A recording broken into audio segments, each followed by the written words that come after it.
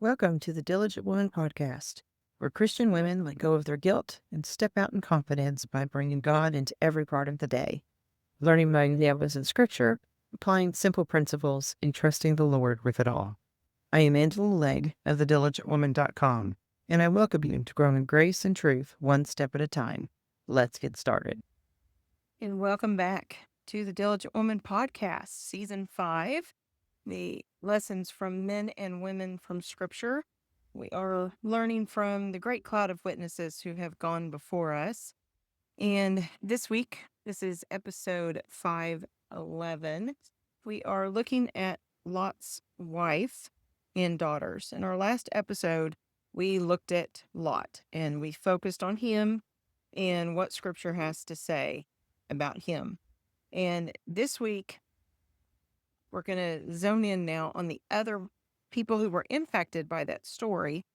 We're still not given a whole lot of information, but I hope that you will follow along, grab the study builder that is in the show notes down below, and use it to walk through a study of Lot's wife and the daughters and see what lessons you can learn from them and how they interacted in this story where God talks about them.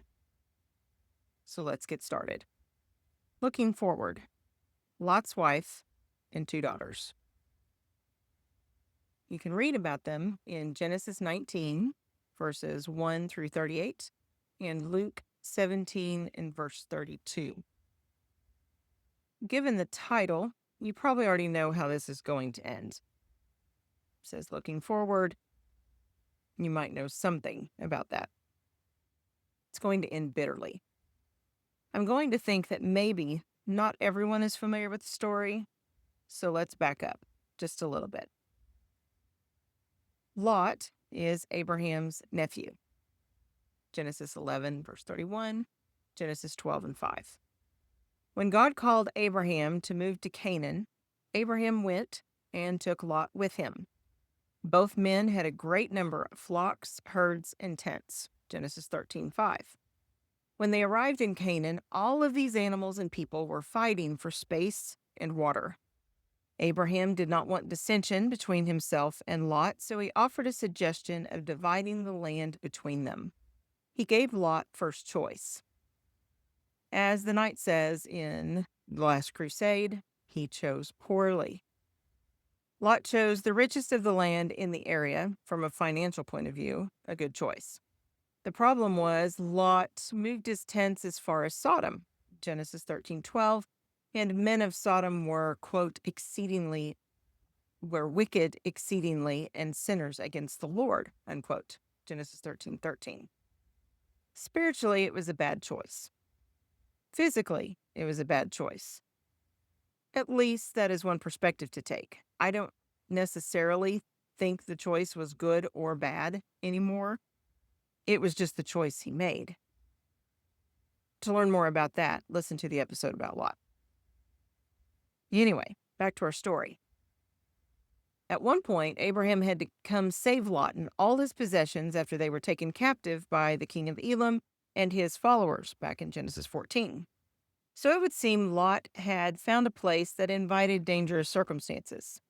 This is even more clear in Genesis 19. Some things we are not told.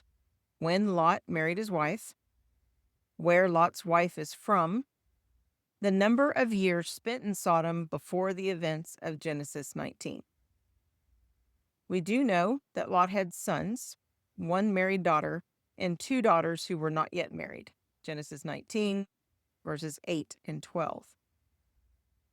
Lot and his wife are well established at this point. They have all these children. They've successfully married one of their daughters to a man in the area. They have husbands lined up for the 2 who are not married. Genesis 19:14. They are wealthy and well known in the area. Genesis 19:1. This is where Lot's wife and daughters are on that fateful night when 2 strangers show up in Sodom. Lot shows hospitality to these men. He indicates that it is not safe for the men to do as they plan, spending the night in the square. Genesis 19:2 and 3. The men come in, are fed, and are preparing to go to bed when a mob of men from the city surrounds the house. These evil men demand that they be allowed to use the visitors in vile ways, Genesis 19:5. Lot tries to dissuade these men from their evil, but they just turn on him, Genesis 19:9. The men of the city, young and old, were so focused on their evil that even when struck blind by the visitors, messengers from the Lord, they still continued to try to find their way into the house, Genesis 19:11. This is the Sodom that Lot and his family knew. The messengers declare their intention to destroy the city to Lot. They warn him to get out of the city with all his family, or they will all be destroyed. Genesis 19:12-13. Lot cannot convince the men who are to marry his daughters to come with him. Genesis 19:14. He is left with only his wife and 2 unmarried daughters to save. Still, Lot hesitated. There is an attachment to the people in the place that is strong with Lot and his family, obviously. In order to save Lot's life, God's messengers grabbed these 4 by the hands and put them outside the city, Genesis 19:16. Think about it. Your house has been mobbed by crazy, violent men. You've been told that God is going to destroy the city because it is so evil. God's messengers pick you up and move you out of the city. There is something seriously big going on here. Destruction is all that is left for Sodom and Gomorrah. Salvation is in the mountains. Lot's wife watches as her husband still struggles with leaving, Genesis 19:17-22. He's not moving with confidence that something better lies elsewhere. It takes all of God's compassion and the patience of these messengers to get them out of danger. Quote, when they had brought them outside, one said, "Escape for your life. Do not look behind you and do not stay anywhere in the valley. Escape to the mountains or you will be swept away." Genesis 19:17. With the sun fully risen, Lot comes to the city of refuge, Zoar. At that moment, God rains down brimstone and fire to destroy the cities of Sodom and Gomorrah. Lot's wife looks back, looks at the destruction of all she's known for years, her daughter, the hopes of her 2 daughters, and she is turned into a pillar of salt. Genesis 19:26. Well, I have chills now. Do you? Hang on. Let's finish the story. After Sodom and Gomorrah are destroyed, Lot is afraid to remain in Zoar. He's having as hard a time believing what he's been told as everyone else, it would seem. Now, he takes his daughters into the mountains to hide. Here we see how deeply the sin of their world had trained these girls. They both decide that they will never be able to marry, so they take turns raping their father. Through this sin, the 2 nations, Moab and Ammon, were begun. The events they had experienced, the destruction of Sodom and Gomorrah and their salvation from it, did nothing to curb the evil that was deep within them. These are people who were not like Abraham, looking for a better country, Hebrews 11:16. They were living in the world that surrounded them. The desire of that evil country is what killed Lot's wife. In Luke 17:22-37, Jesus tells his disciples about the day he will return. Life is going to be going on like normal when the end of all things comes. People will be living their lives, going about their business, but then suddenly, 1 Thessalonians 5:3, 2 Peter 3:5-9, Jesus will come and our choice will be the same as Lot's wife. Look forward towards Jesus or look back toward the things of the world. Luke 17:31. Remember Lot's wife. Luke 17:32. One sentence that should remind us of all the events that led up to her destruction. One sentence that tells us that our choices do matter. Grace is right there. For Lot's wife, it was God holding out the hands of 2 angels to take her to safety. It was a city made safe to protect her and her family. It was God promising to save Sodom and Gomorrah if 10 righteous people could be found. Genesis 18:32. Lot's wife looked at God's grace and said, "No, thank you," by looking back at the evil Sodom and Gomorrah. Salvation or destruction. We have a choice.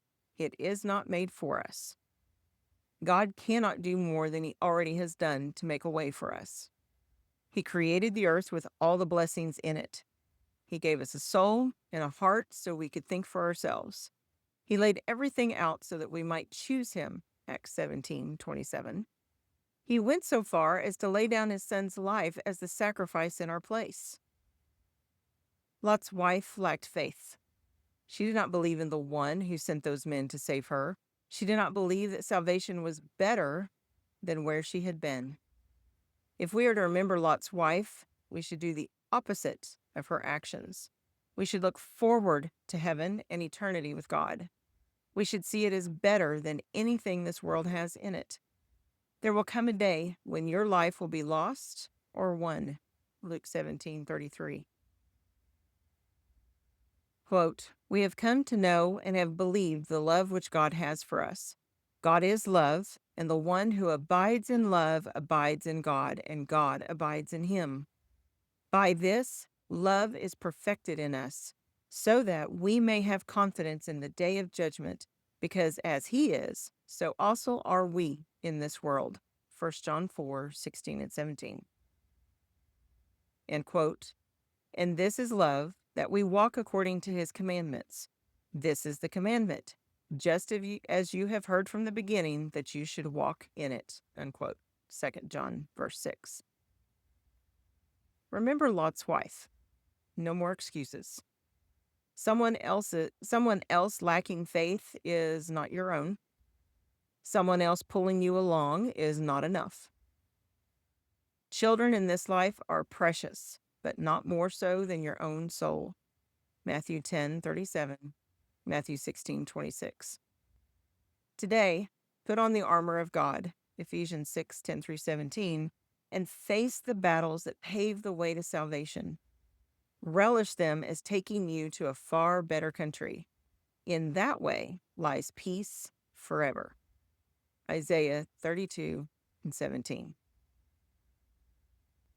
So what do you think about Lot's wife and daughters? Are there lessons that can be applied to your life today?